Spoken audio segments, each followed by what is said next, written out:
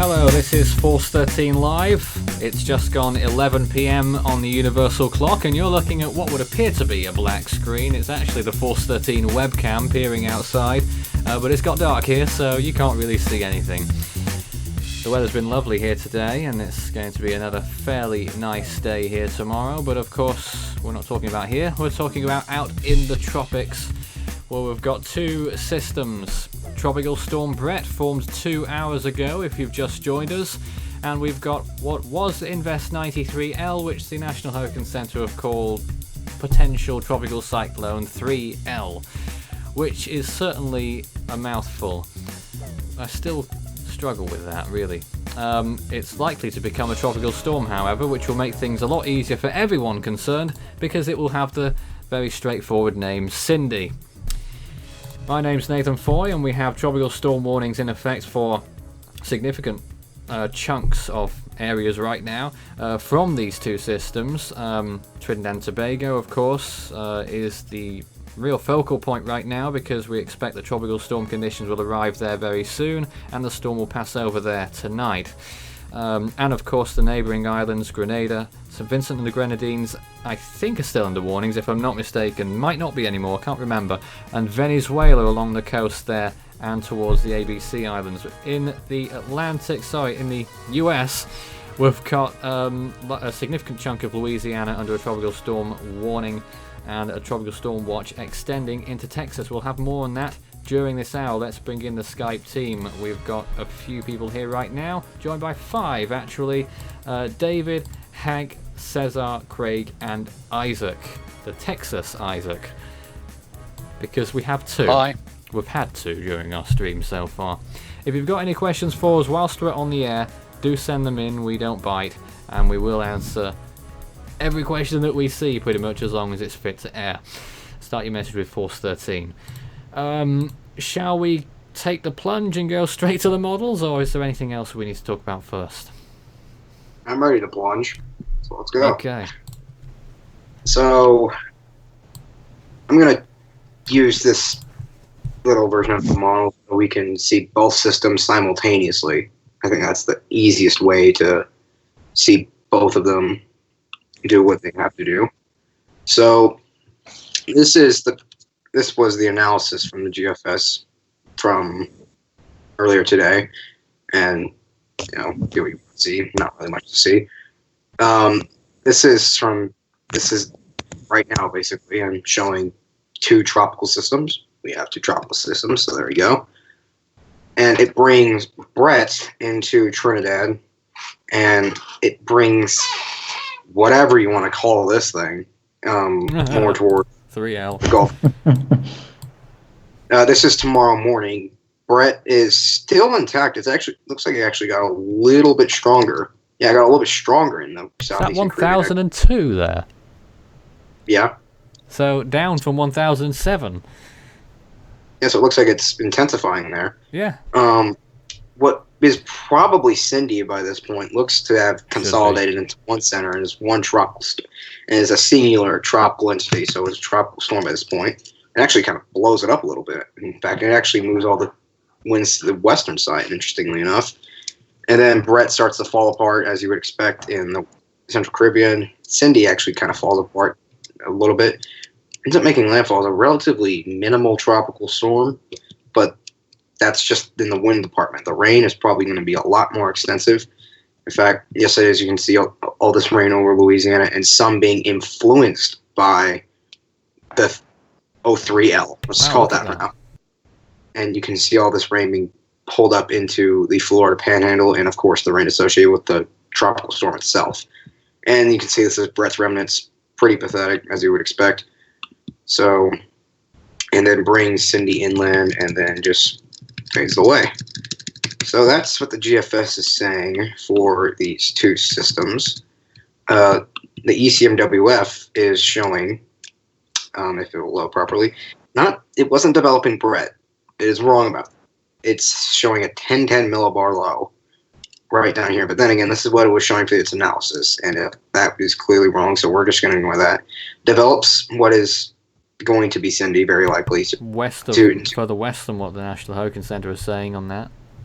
It is further west. Now, the European has been pretty insistent on bringing this further west than the rest of the models. It was bringing it into the Tamaulipas for God knows how long, and then now it's starting to bring it into southern Texas, it looks like. But this one, last one was bringing it right into Corpus Christi, where Isaac is located. And then this one looks like it's going to be curving towards the north. Looks like it's going to hit towards Houston. It's a weaker system, but still possibly something of note. So that's what the ECMWF model is showing. Actually, really quickly, let's go to the GFS parallel model. I probably should have showed this after GFS, but no big deal. You see it really wants to blow up Bret. That's 996 millibars right there. That's tomorrow. 996. 996 for Bret. So, yeah, that's a little bit dubious, but still. And then it really develops the thing.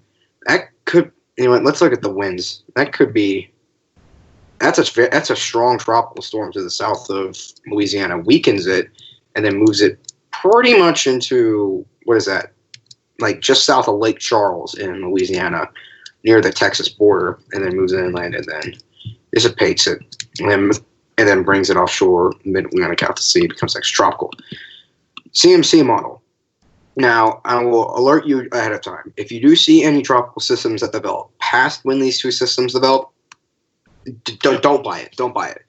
Don't pay attention to them because they're probably, CMC is notorious for developing multiple tropical cyclones that rarely have a chance to form. So just be on the lookout for that.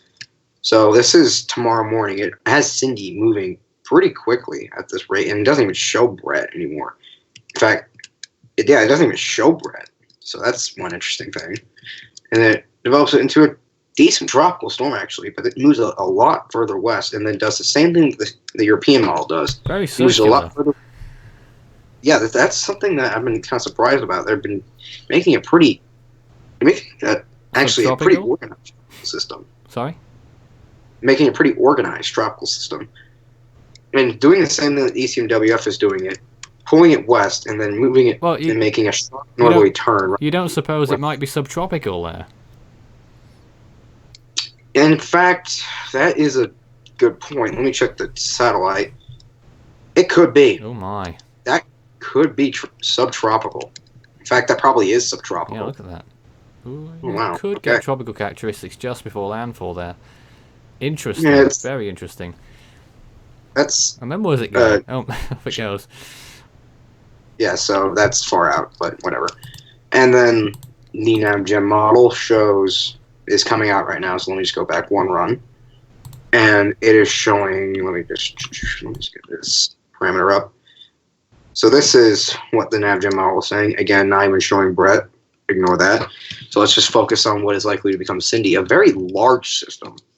And this is probably subtropical. Just to take a stab at it, it's probably subtropical. And it weakens it upon moving into landfall. That's probably something that all the models have said. It's going to weaken before landfall. So that's one thing to keep in mind, and then moves it offshore off of Virginia. HWRF for Bret shows a system, in fact, 54 hours should be all we need, showing it move into Trinidad, but a very weak system. Like it's been I think yesterday this same model was showing a hurricane moving into Trinidad. Which one are we talking about now? HWRF, oh my goodness. It's been flip-flapping between the two. Hurricane or nothing at all. It's all or nothing, according to the HWRF. Pretty much, and it looks like it's just going to fall apart. Yep, that's what you would expect. I'm more interested to see what it says for the other one. Now, it's just beginning to come out with the runs for this, so this is not going to go far out enough. This only goes up to 51 hours, but we can take it for what it is. So this is what it's showing. A system gets pretty close to Louisiana, actually, and then just kind of meanders offshore a little bit. Not too strong. Stalling, again, could be subtropical there. In fact, it probably is, because it's such a deep... It's a deep center of low pressure for the wind speeds it has. And that is one, because it's probably going to be large, but also because it's probably going to be subtropical. In fact, if we look, that's very likely to be subtropical, actually. So I can see why the NHC was saying that. I never really thought that was a legitimate possibility, but I guess, look at me, I goofed again. Here's another model of a NAM. Oh boy, that's fun. Showing a very strong... Oh, goodness me. Yeah, let's see what it says for Bret at least. Just moving it into the Southern Caribbean. And, well, hey, you can't fault us for not showing you every possible scenario. But interestingly enough, for that low of pressure, it has a very tight pressure gradient. Not a hurricane, though. So that's one piece of good news. And there are not any satellite parameters, so it's very difficult to see if it's actually subtropical or not. But if this is spread out... Gotta be tropical if it's going to strengthen that much. No, yeah, this is definitely tropical. It's too tight to be subtropical. So it's going to move in pretty much just near Beaumont, Texas, or Port Arthur. And, yeah. So that's pretty much all the models. I don't think... This one might show something, but probably not. Yeah, a very broad system that is probably subtropical, actually. That's subtropical. Regardless, this is probably going to be, a system that doesn't move straight on shore. In fact, it looks like it's probably going to take a path. So, interesting June system. Typical origins, not so typical track. It's certainly not going to do a Colin. The parallels are about to end, I think. Oh, gosh. No, just stop with the Colin. But I will say, though, come on. Models predicted this pretty well. Who did? In regards to 3. Because they've been saying that we would have this Caribbean system form in the Western Caribbean that would go on to become this for pretty much since at least June 8th. So it's been predicting this for quite a while. And it looks like all the models. It wasn't just one particular model, it was all of them that are showing these solutions. So good job with the models, I guess. Yeah, the model's getting better at last. Yeah, so it shows why they're vital in the weather community and not just things that they just spew out just for the fun of it. Well, that would be the aim, wouldn't it? Yeah. So. David, I don't suppose you've been monitoring the wires or anything with what's going on in... Well, in fact, we asked you a question before we finished the last hour. Have you come to any conclusions on 93L and whether you think it has the merits to possibly be a tropical storm soon? Not quite right now, but eventually, yes. And it is looking like it will probably go subtropical or tropical and move towards Louisiana or Texas, most likely. Very Eastern curious, Texas. Though, if it goes subtropical. I mean, what you'd say the majority of models are saying that, aren't they? When you've just looked through that. Yeah, CMC, ECMWF, NavGem, NAM, a lot of them. And for people who are not so aware or familiar, what really, with context to what will happen with this system if it's subtropical, what is really the difference? Well, there really is no difference. It's just how the storm gets its energy from. If it's a tropical system, that means it gets all of its energy from oceanic heat content and all the contents of the ocean. With a subtropical system, it gets its energy from both the atmosphere around it and the ocean. And if it's a purely extratropical system, it gets all its energy from the atmosphere around it. But if it's subtropical, it's like a hybrid between the two. So it doesn't mean that, I'm not saying that this won't act like a tropical storm, because it will act like a tropical storm. It will bring a lot of rain. It'll probably bring potentially torrential rainfall to the areas that absolutely. Oh yes, that's one thing I don't think we've looked at properly with explanation. The rain accumulations forecast from the models. Sure. Let me pull that up right now. I just zoom in a little bit closer towards the areas that will be impacted. I think a lot of people are really interested in that. Yeah, so let's check the main models first, and then we'll get into more of the mesoscale stuff. So this is a GFS model showing that there will be probably two camps. There will be one that goes with the actual center towards Louisiana, and there will be another one that funnels in due to the flow of what is likely to be future Cindy into western Florida and probably bring probably about a foot of rain there. Again, this is one model, so this could change. So, but everywhere that I'm talking about, pretty much, keep your guard up for possible flooding of any sort. This is a farther out view, but this pretty much shows the same solution. Two camps, one going with the center, one being due to the inflow. The CMC model, let me just come back in where originally, is showing that there will be, again, two camps, one going with the center and one basically being a moisture flow into an area farther west towards the Mississippi, Alabama, Gulf Coast, including the Pensacola area and maybe even greater New Orleans. And that's about that's tough. That's about 14 inches of rain. So wow, that's a lot more than what the National Hurricane Center is saying the maximums are going to be. But also keep in mind which model this is, CMC. So it might not. This is probably a little bit dubious. Some of the NAM models are showing that we will probably see. Unfortunately, this model doesn't have total accumulated precip. So let's go to some other version of that same model and see if they also offer it. Okay, this one does. So this goes out to 84 hours, and this is the rainfall amounts that they're expecting. Similar to the CMC, they're showing that all this rain right here is coming in from more of the tropics. So you can see that it kind of attaches towards the Yucatan. That's more tropical energy. So this is at least, at minimum, this is the same area as the CMC was saying, and it's showing at least on average about, let's see, 9-8 inches of rain. That's still a lot. That still can cause a heck of a lot of flooding. And, models can change. This might not be the exact scenario, but this is just one of the outputs. So anybody in this area, in Mississippi, Alabama, Florida, and Louisiana, everybody should prepare for some potential dangerous flooding, like I've been saying a lot recently. It's certainly going to be the flooding. It's not so much going to be the wind speeds. And there are already a few flood warnings out there. Quite a large chunk of Louisiana in the tropical storm warning area.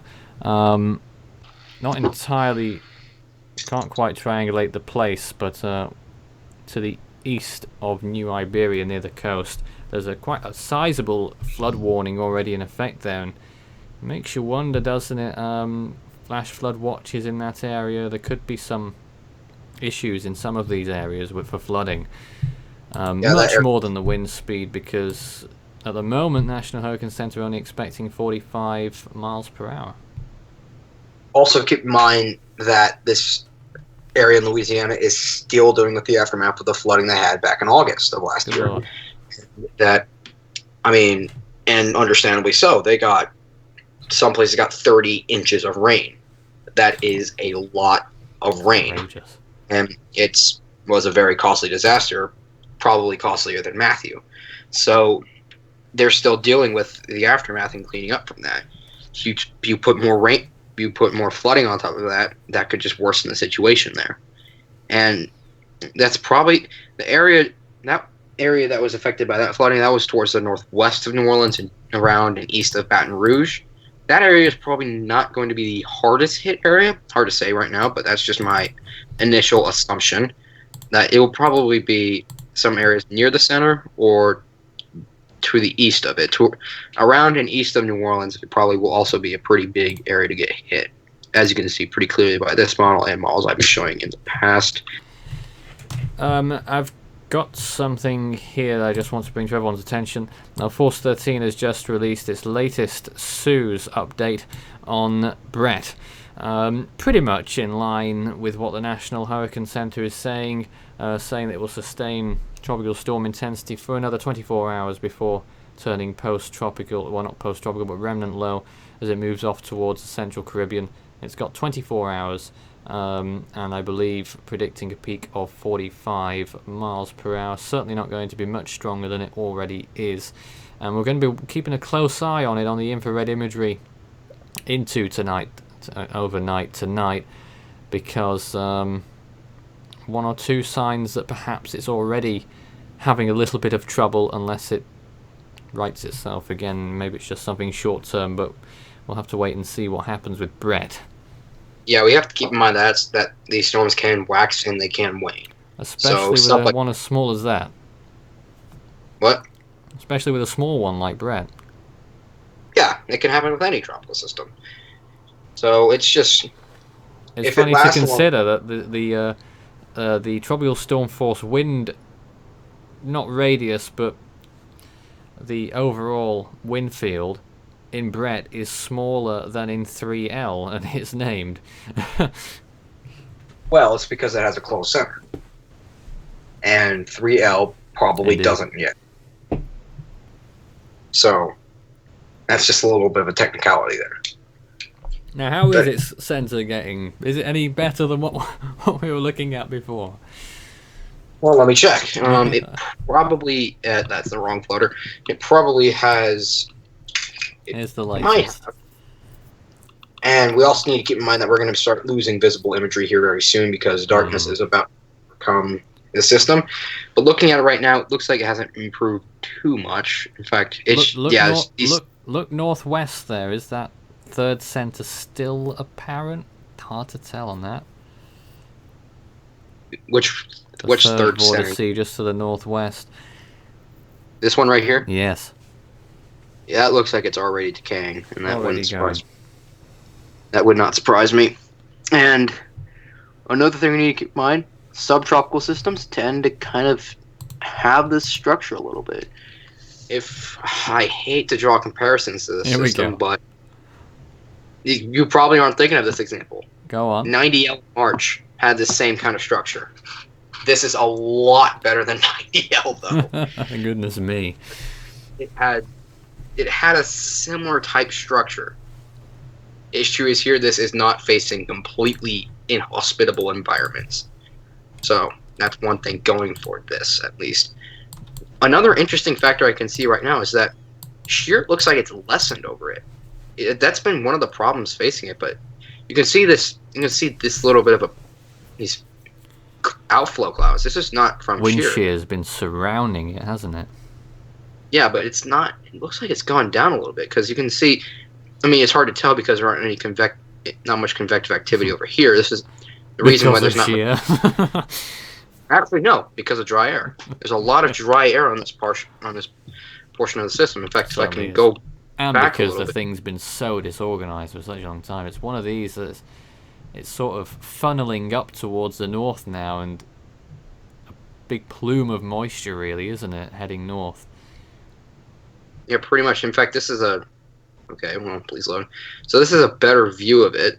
I absolutely love this imagery, and I just want to point that out. And you can see that this area of orange right here that indicates very dry air. So that's why there's no real convective blowups. That's part of the reason there's also, as you said earlier, there's also shear.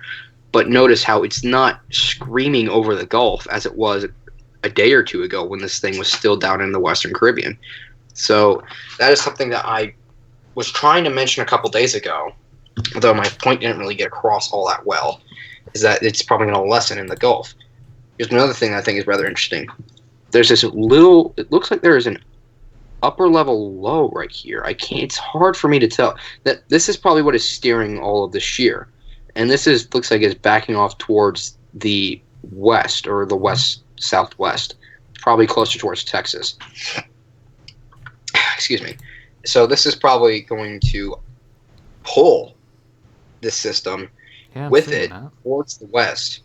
And, and then this is also going to get picked up by a trough or a ridge. I'm not sure. I haven't really looked. That's the most likely scenario. Both of these are going to get picked up and then been shot north and northeast towards the mainland United States, and this, which is probably going to be Cindy. will probably die out over this area.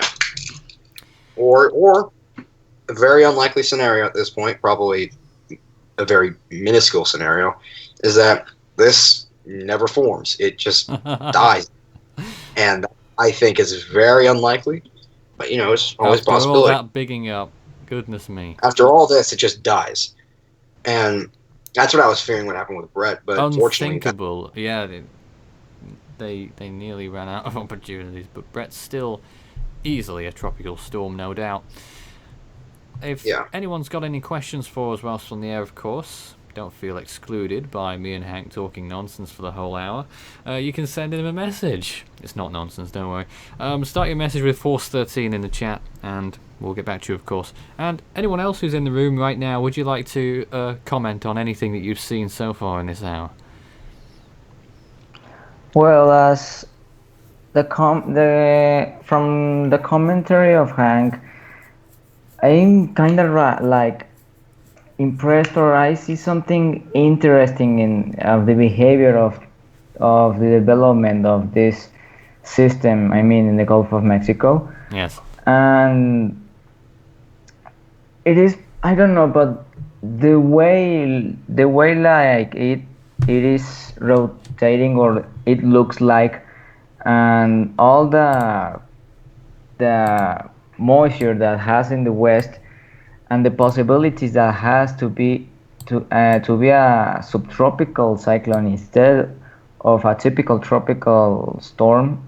And I mean, the options are there, and right now the storm is struggling, and all the possibilities are there. Like Hans said, it could form, maybe could not form, and well, I saw some models as well, and some of them predicts that the pressure can go low as 990 millibars. 990? Yes. For 93L? Yes. No, we saw that one model in the 970s. Yeah, oh my god. I know. Outlier, has to be said. Yeah. Well, so we were talking about a severe tropical storm. Well, possibly, but Hank, the weakest model. What would the weakest model have been for this? A so-called best case scenario, you could say. Probably the GFS, but that's still developed into a tropical storm. Like, I think not developing into a tropical storm is the least likely outcome at this point, because it's. I mean, look at it.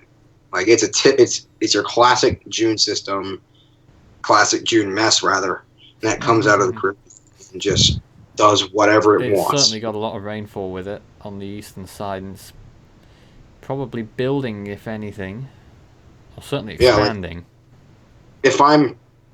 And the centers are probably right in this area right here. Notice in these last few frames how this little area of convection is starting to blow. Creeping around. This might be temporary, though. This might be starting to get its grasp on the entire, whatever you want to call it, the situation. And it could start influencing the actual structure of the storm and possibly start intensifying it into what is very likely a tropical storm. And speaking of intensifying in tropical storms, the National Hurricane Center intermediate advisory for Bret and this, whatever you want to call it, should be coming out within at least the next 15-20 minutes. So let's... If they're early. Martinez says, what stage is 93L for the CDPS scale? Well, the CDPS scale doesn't apply to anything until it's a tropical storm. If I were to guess, it would probably be a stage 2 or 3. Yeah, if you have any further questions about the CDPS, I would like to invite you to speak to Devon Williams, who made the CDPS scale late last year. Also a member of our team. Still working on it, actually. Yeah, well. Something he's been dedicated to for who knows how long. Oh, absolutely. It's a very interesting format, and it works. And with anything, it takes some getting used to, but you've got to admit the Saffir-Simpson scale is whilst it's, I guess, indicative, it's not completely useful all of the time. When you get things like, well, the first thing to hand, things like Sandy, that was not a Category 5 or anything like that, yet it still became the second most costliest storm in the United States history. Or you could think of something like, say, Erica, that causes... Yep. That was a tropical storm, didn't cause any wind damage, it was the flooding. Same thing with Allison. No wind damage at all, virtually. Let's put it to the test. What stage would they have been on the CDPS scale? I can't recall. We'll have to get Devon in here at some point. I'm sure he'd love to answer those questions. But there we are. If you've got any more questions for us, do let us know. I see a lot of people talking about Florida. We may as well talk about that. What do you think we'll be seeing in Florida? For the main peninsula of Florida, I don't think there'll be that much. Just probably a couple of rain showers. That should be about it. The Panhandle is easily going to be the most effective part by this storm. I probably said that wrong. Who cares? The part that's going to be affected the most by this storm, because you can see already really how we're getting these storms coming up from the tropics. They're coming out of the Gulf of Honduras pretty much, and then flowing up into this area right here once this thing actually starts developing into the system. So it's cycling around, becoming stronger. As it cycles around and moves this way, it's pulling up energy from this area, and that energy conspires to create convection, which is a fancy word for thunderstorms. That can drop significant amounts of rain in this area right here. Namely Louisiana, Mississippi, Alabama, and western Florida. So that's one thing that we need to keep in mind, as we showed in the models earlier in this hour. Another thing we need to keep in mind is that this system is not going to be a wind maker or a storm surge maker, because it is going to if it does become a tropical storm, it's probably going to peak at what the National Hurricane Center is 45 miles an hour. I think that might be a little bit under reality, just a little bit. Probably up to 50 miles an hour, maybe more than that. Who knows at this point? And also, storm surge probably won't be that big of an issue, because storm surge, basically what that is, it's the piling up of water along the coastlines that are triggered by the winds of the storm. And if the storm is larger, that means there's going to be a larger storm surge, because if you got a bigger storm, you got more energy. That energy conspires to wind, so that wind piles up on the coast, and along with that wind comes the water. You get storm surge. That's probably not going to be the case here, because the winds aren't very strong with this system. But even just simple onshore flows could bring up water in, and a simple high tide could cause some flooding. So coastal flooding is also going to be... about that. When is high tide in this along the coast here? Probably asking questions that you don't have to mind. But yeah, I don't know.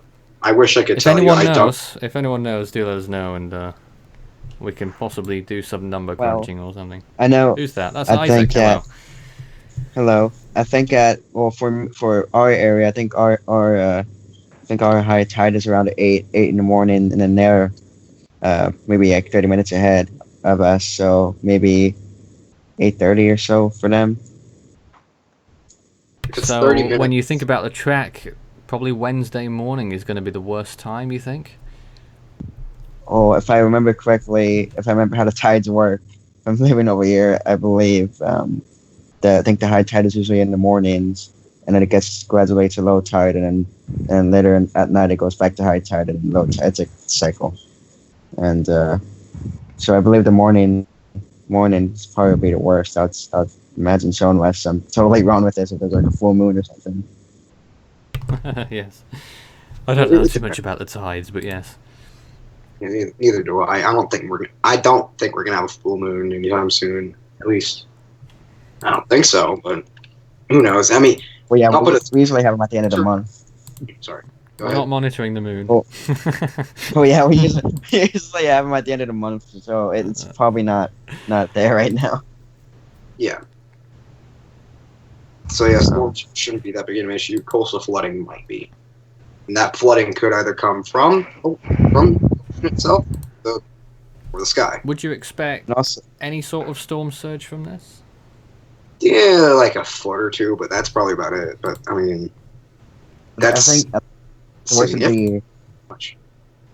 I think the worst would be rip currents in terms of surge. I think rip currents would be because I think rip if the storm, it just depends on how strong the storm is. Stronger, you're gonna see more rip currents, but it stays the same intensity, not that much. But it just depends on its size and then its wind speed, I would imagine, and pressure.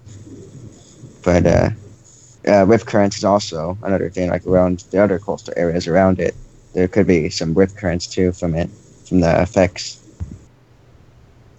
Albeit probably mostly on the eastern side because that's where all the convection is at the moment. It's don't normally conspire with convective activity. That's mostly rip currents are normally equal across the entire quadrant of storm, of all quadrants of the storm.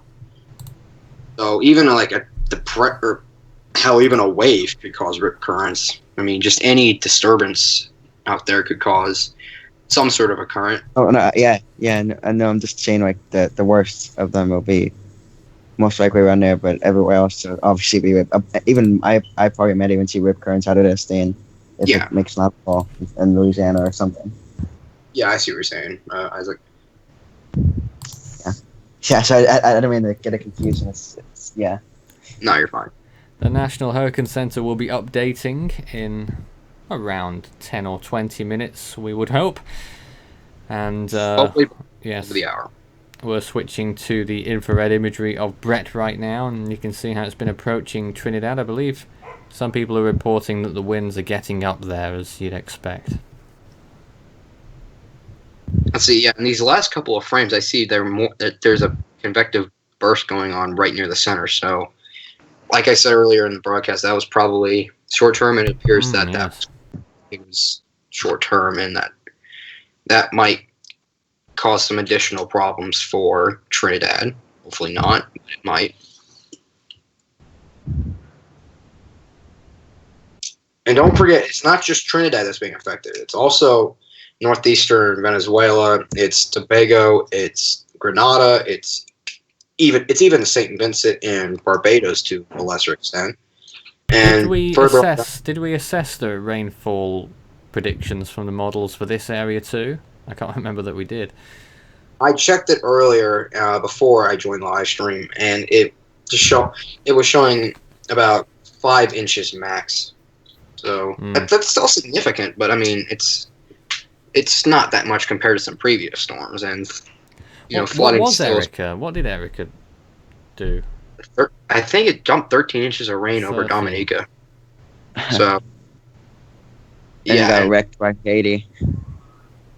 Yeah, and then Hispaniola and wind shear and of course, all the factors that 2015 had with it pretty much tore it apart because that's just how that year went. And this year is very unlikely to follow suit. Yeah, it's going to be 2013 instead. No. If anything, the conditions. Go ahead. I was going to say also, it's probably only going to be 5 inches, I would imagine, because it's moving at a fast rate right now. Mm-hmm. What? Yeah, 1968 I would imagine, plus 2010. Hopefully, yeah.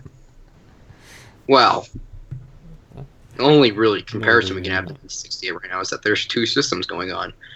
Even we can't even compare it to that because PTC3 isn't even a named storm yet. God, I wish it would be. So I don't have to call it that anymore. God, that's painful. It is painful. That is the word I'm probably looking for, really.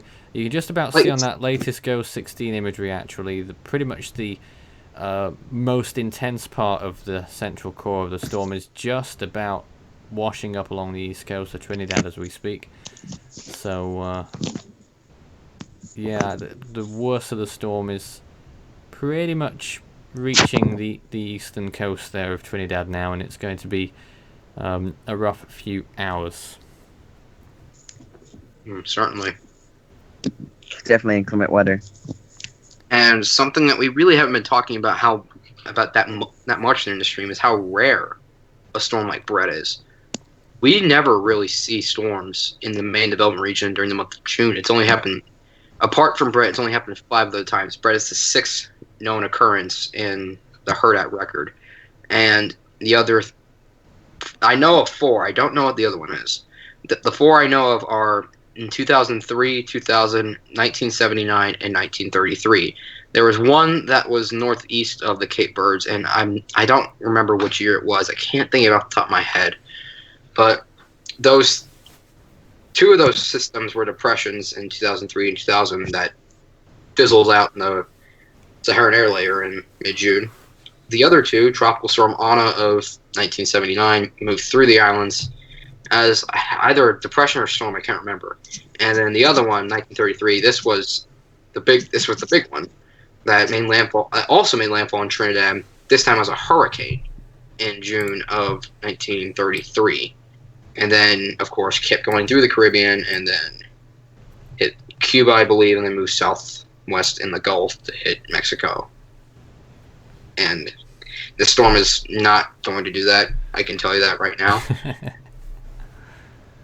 So you don't have to get too worried about it. Can we read anything into these storms about what the rest of the season is going to provide us, or is June just a completely different kettle of fish to the rest of the season?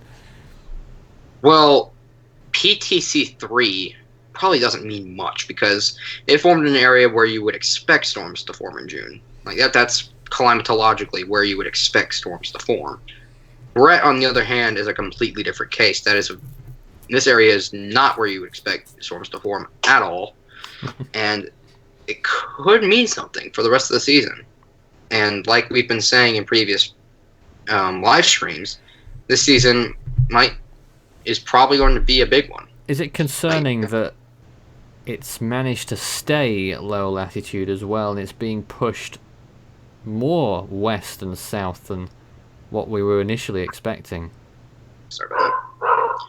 Yeah, and as I was about to say something, and my dog started barking. It could mean something. Like all 4 of those years I just mentioned off, 2003, 1979, 2000, and 1933, all these were pretty active years. 1979 wasn't very active in numbers, but in ACE, it certainly was. And considering it had probably 30 depressions because that's how the 70s worked, yes, then probably had more tropical storms than that. 1933, second most active year on record, only behind. What I was asking you, I don't think you caught it, was the fact that Bret is moving quite far towards the west, more so than we perhaps initially thought. Is that also a sign of things to come, how we're going to have strong high-pressure ridges to the north throughout the season? Well, possibly. I hadn't really... That might be temporary, though. I mean, you can have... Things do change between June and August. So, what I was seeing that the Bermuda high is probably going to be weaker than normal this season. I mean... Really? That's during the peak of the season. Not during June. Because June is by no means the peak of the season. So, this probably is just going to be one of those outliers that we see every now and then. It's like, oh, that's interesting. There's 2 other things I want to... Sorry. It might or might not mean anything for the rest of the season. There's 2 other things I wanted to pick up on from mainly from the comments. One about someone did want to ask the chances of future Cindy actually tracking towards Florida. They're probably pretty low at this point. There's if you can see it in this imagery right here, there's an upper level low right here. This is probably going to catch Cindy, or future Cindy rather, and move it towards the west, away from Florida. So I know the typical tracks have it forming in this area, moving north, and then moving into the Big Bend region, like Colin of last year, and a bunch of other storms that I don't feel necessary to recall right now. And they moved into Florida. This is a different scenario because all those storms had a ridge up in this area right here that pushed all the storms a trough right here that pushed all these storms into Florida. This storm is different. We do have some sort of a trough right here, but we also have another smaller upper level low right here and a ridge that is beginning to peak out into Texas. So both of these features will help pull Cindy more towards the west, towards Louisiana and eastern Texas, apart from Florida. So, but you never know. It could easily just trick us all and then just was northeast, especially a storm with multiple vortices like this acting as a center could contribute to a center reformation and move it either closer or further away from this upper level low, so that if it moves out towards here, the steering becomes more uncertain. It could still move towards Louisiana. Initially, back when it was in the Western Caribbean, the models had this system sort of striking just east of Louisiana, along the Mississippi-Alabama border, and they've trended west since then, and the official forecast has as well. Models were all over the system at first. Well, they were all over the place, but the general consensus was that. Do you think they'll continue to go west, or do you think they could come back east, or is it pretty much set in stone? Not set in stone, but the general rule, the cone is going to be correct, perhaps? Well, I mean, the models are currently farther west than the official midline track goes, so it's definitely possible. Interesting. That anything could happen, and there's no update out from the Hurricane I was just Center. checking that as well at this juncture. We will bring to you the latest as soon as it happens. And I think one or two people were mentioning tropical waves out in the eastern Atlantic. I don't know whether you want to humour them for a moment or two. Yep, really want to. The Saharan air layer up there has gotten worse, as you would expect, for this time of year. So all those waves are probably going to get caught up and fizzle out due to all that Saharan dust. So none of them are likely to form. Bret was just a one-off scenario. Let's hope it doesn't become two. It doesn't look like. And maybe just the final one here. Any long-range prospects? I don't think there are at the moment, are there? What do you mean by long range? Well, we often look at model runs and out in the distant future, maybe not 4 weeks out or anything like that, but in the next 10 days, anything of note? Oh. Probably, apart from these two systems, I doubt it. Now, that's just the Atlantic. I have not looked at any of the other basins since. Yeah, nor have I, and I've not seen anything at all coming up in the next 5 days apart from the mess in the West Pacific, and Storms keep thinking that Murbach will come back from the dead, and it won't. Well, let's just check really quick. I don't think we will see much in the Pacific or the North Indian. And ECMWF agrees with my hypothesis. See if the GFS does as well. Probably will. I think we might have possibly just had an update. Hold on a minute. Yes, an update has just occurred on Bret, the intermediate advisory. Nothing much has changed. The pressure's actually gone up 1,008 millibars. No new warnings, so things have remained pretty much the same, but the pressure's gone up 1. What are your thoughts on that? It makes sense considering that the Recon got a plot for 1,009. And as I'm saying, the models think it's going to go down. And as I'm saying this, the advisory for PTC3 also came out. It's 1,000. Stationary. Yeah, its pressure has gone down, I believe, and it's still at 40 miles an hour. And 1 second, let me just check. Warnings look like they have not changed, and it looks like we'll just have to wait and see what the current what the track forecast changes like. I don't think it will change much or at, if any.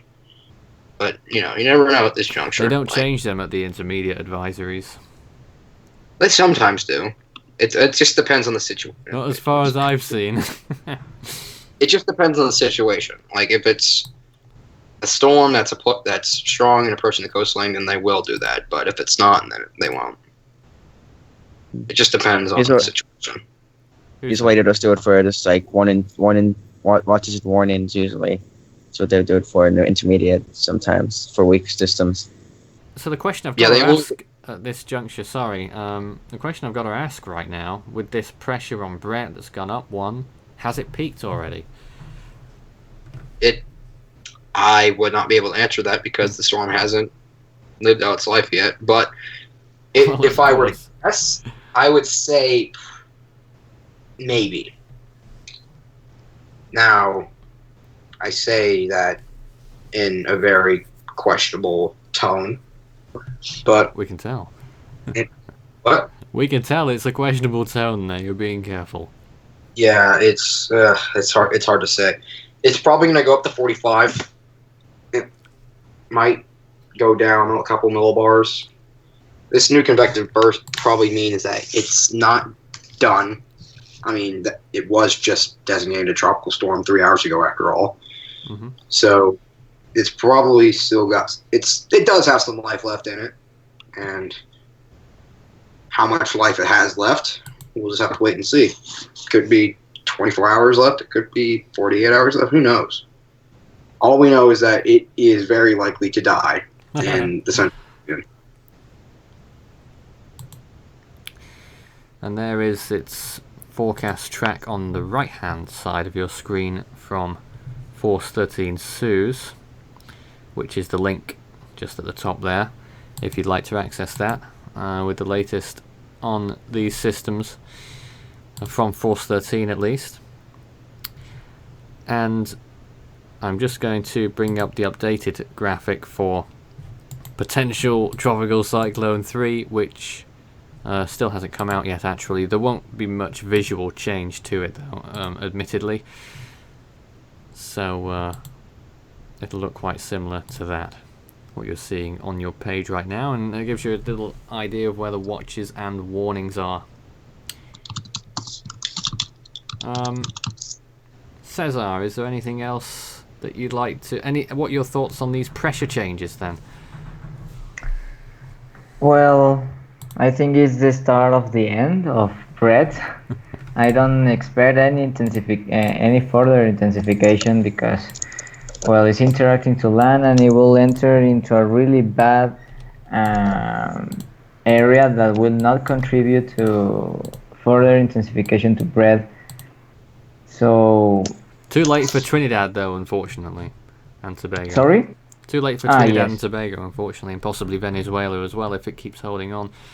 Grenada, what do you think about there? I think it's just about gonna stay outside of the tropical storm force wind area, unless it has an unexpected jog north. It is possible, and well, Bret isn't that big as well, and it doesn't look organized as well. So possibly the tropical storm force winds are just only concentrating the really near center or right in the center, and well, it is moving really fast. So the tropical storm winds fortunately won't last too long. So I guess this Bret's peak intensity was like right when it was designated, and I think it's now over for him. Well, for the storm. David, I'm not sure if you've been monitoring any news that's been going on over there. I'm getting rumblings of maybe some flooding concerns becoming realised already in some Gulf Coast areas. Not sure if you've seen anything on that. It's very quiet on the flood issue, but we've got that flood watch. Large one at that. Yes, New Orleans right over to Tallahassee. Flood watch from Tuesday to Thursday. Let's say southeast of Alexandria, Baton Rouge, New Orleans, Gulfport, Harrisburg, Mobile, Pensacola, Panama City, Tallahassee, Albany. Yeah, and I'm just also interested about Texas over there. Do you think flood watches and warnings will be issued there, or is will rainfall be beneficial? Depends on whether or not this thing goes subtropical or not. If it goes subtropical, that increases our rain chances.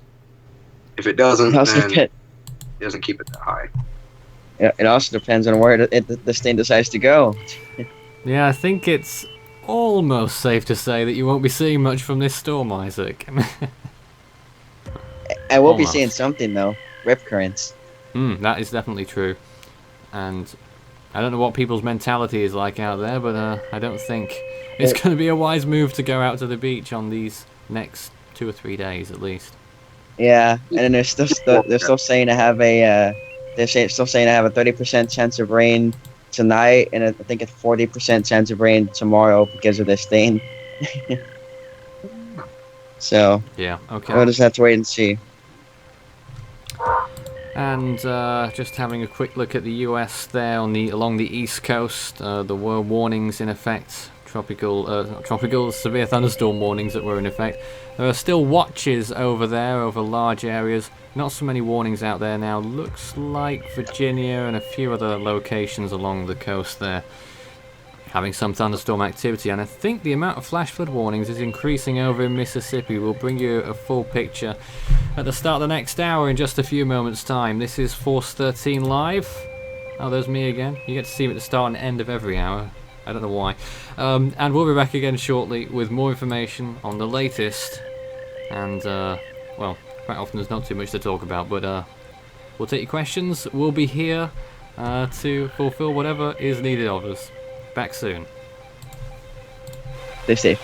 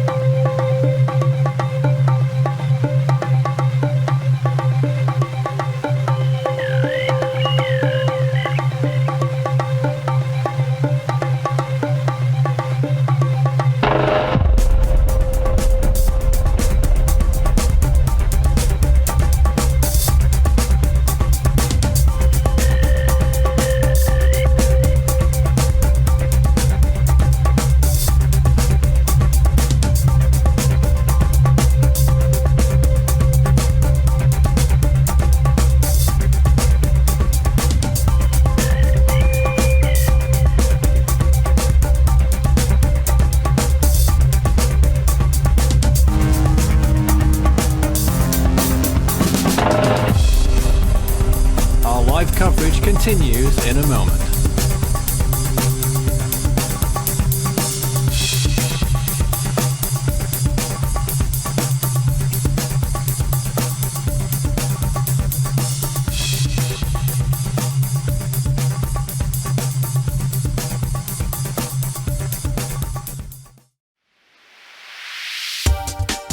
You can follow Force 13's outlets, the website force13.co.uk at your service at any time. You can also find us on YouTube, the channel, search Force 13, all in text, and subscribe if you haven't already. You can also find us on Facebook at Force 13, and it's at Force 13 on Twitter, that's the handle to contact us there. You can also add Fool13 on Skype, that's FOOL13, and add extension 9094 on Discord for tropical weather chat.